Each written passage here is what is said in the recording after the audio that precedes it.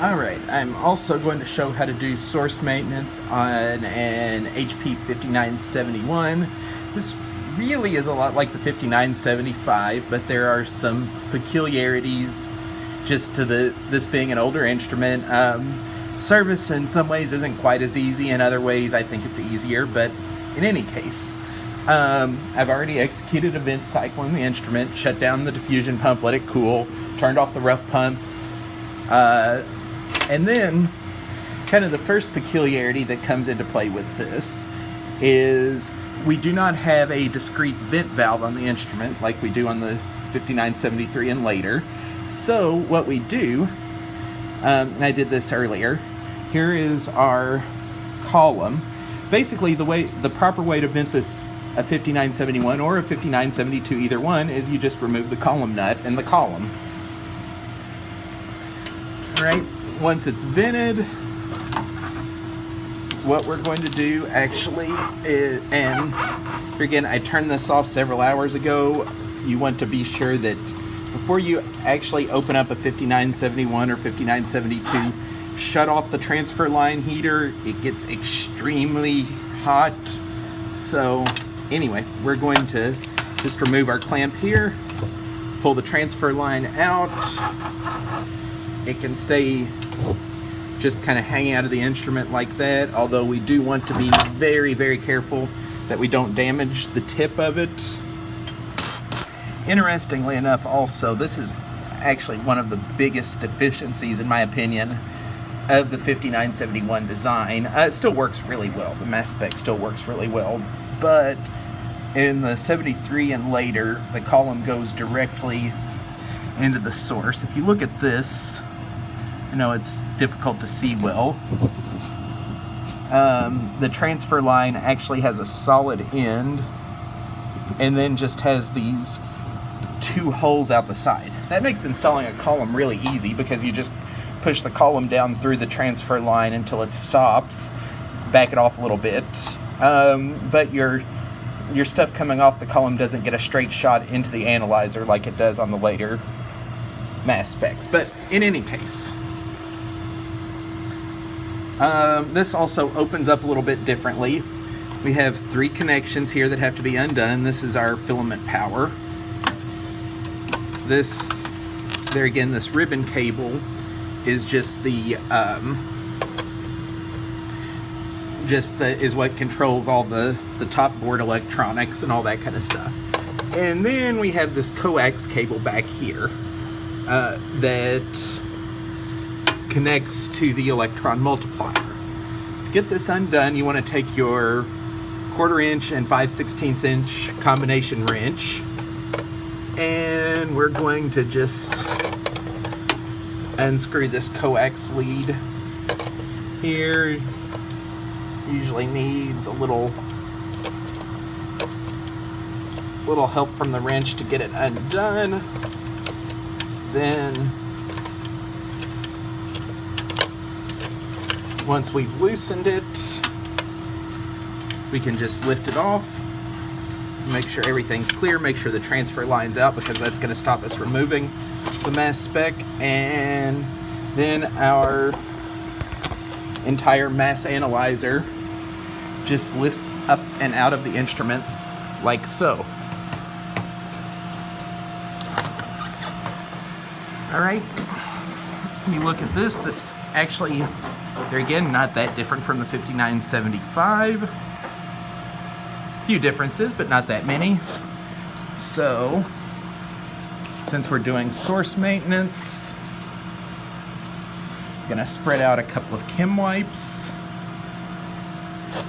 I'll put one over here for the stuff that I want to just kind of keep out of harm's way. Let's disconnect all of our wires. One difference that I will point out with this versus the 5973 and 5975, we do not have a heater.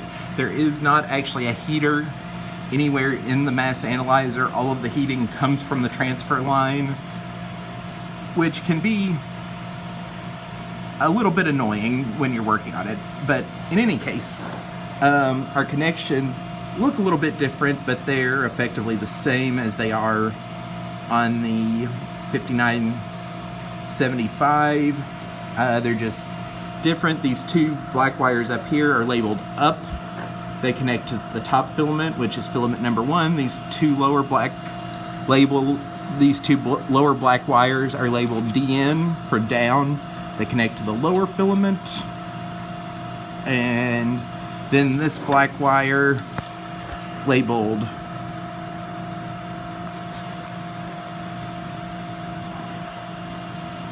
rep on the board here. That connects to the repeller. Those two wires on the side connect to the ion lenses. We want to, this assembly here, this gold-plated assembly, is where the transfer line enters into the side of the mass spec. We want to unscrew this, and we're actually just going to set this aside because we don't do anything with that when we're servicing the instrument. There's a washer, a wavy washer that goes there. We'll keep that. Try not to drop the screwdriver.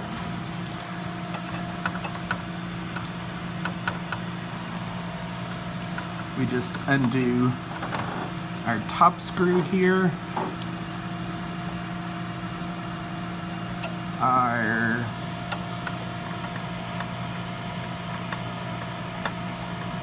bottom screw. These have the same function as the two big thumb screws that I showed on the 5975. And then our entire source pulls out. I'm gonna dump the screw right there since we're not going to mess with that.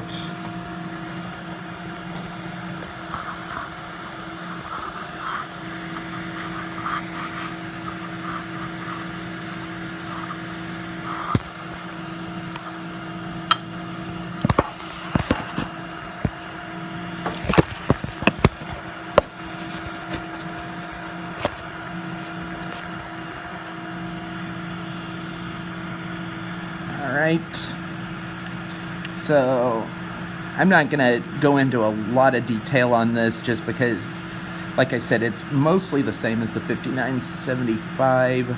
I'm just going to sort of discuss how it's different. So we'll remove this top filament. Notice that this is somewhat of a different design from what we have on the 5975 and is not interchangeable. This honestly has not been used a lot since I opened it last. You can see that there's really not a lot of ion burning or anything else going on up there at the